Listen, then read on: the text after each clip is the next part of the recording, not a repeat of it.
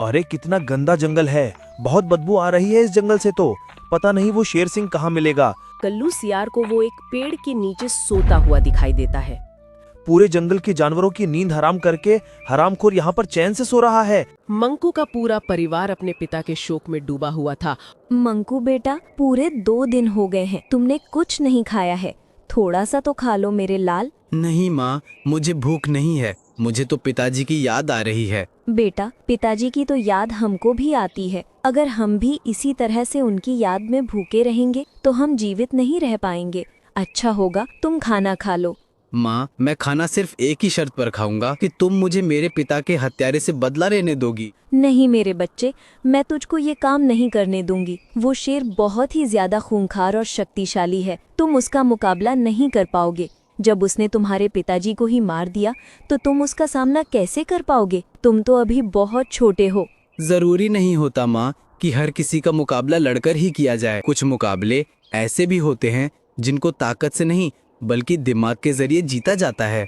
तुम बस देखते जाओ शेर सिंह को मैं अपने दिमाग की ताकत से कैसे मजा चखाता हूँ माँ। पर मेरे बच्चे, तू शेर सिंह का मुकाबला कैसे कर पाएगा? वो एक ताकतवर शेर है और तू एक कमजोर गधा है। तू उससे हार जाएगा मेरे बेटे। वो तुझको भी मार डालेगा जिस तरह से उसने तेरे पिताजी को मारा है। तू क्या चाहता है, जिस तरह से मैंने तेरे पिताजी को खो दिया है मैं तुझको भी खो दूं? मुझे कुछ नहीं होगा, मेरे पिताजी का आशीर्वाद हमेशा मेरे साथ है। बस तुम मुझे जाने की आज्ञा दे दो। ठीक है मेरे बेटे, जब तुम नहीं मानते तो मैं तुमसे ज्यादा बहस नहीं करूंगी। बस इतना ही कहूंगी कि अपना ख्याल रखना। और मंकू अपने पिता की मौत का प्रतिशोध लेने के लिए चला जाता है।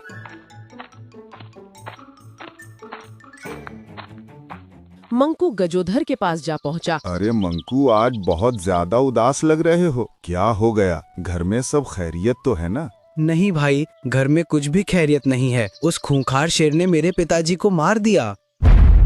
अरे मंकू, ये क्या कह रहे हो तुम? क्या सच में शेर सिंह ने तुम्हारे पिताजी को मार दिया है? गजोधर, ऐसी बातों में क्या कोई झूठ बोलता है? नहीं भाई, झूठ तो तुम भी नहीं बोल रहा, पर क्या करूं, यकीन नहीं आ रहा था इसीलिए पूछ लिया। तुम उस दिन उस शेर खान की बात बता रहे थे कि वह बहुत ही ज्यादा शांति प्रिय राजा है और सबकी मदद करने वाला है। क्या वो मेरी भी मदद करने के लिए मेरे जंगल में आएगा? लेकिन भाई, तुम उसको इस जंगल में क्यों बुलाना चाहते हो? मैं शेर खान के साथ मिलकर अपने पिता के हत्यारे को मारना चाहता हूँ।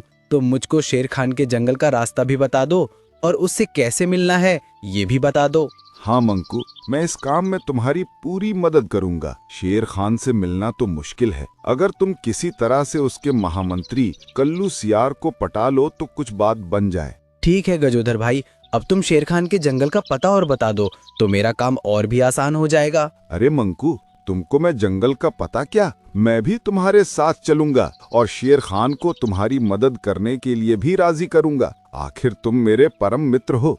अरे वाह गजोधर भाई, तुमने तो मेरी सारी ही परेशानी दूर कर दी। मैं सोच रहा था कि उस जंगल में मैं अकेला कहाँ पर भटकूंगा, और देखो कुदरत का कमाल, तुम मेरे साथ चलने के लिए राजी हो गए। चलो मित्र गजोधर, हम शेर खान से मिलकर इस शेर सिंह को इस जंगल से ही नहीं दुनिया से ही बाहर निकाल देंगे। चलो मित्र, इस शुभ काम में देर नहीं करते हैं। आखिर हमको बहुत लंबा सफर तय करके जाना है। और दोनों मित्र शेर खान के जंगल के लिए रवाना हो जाते हैं।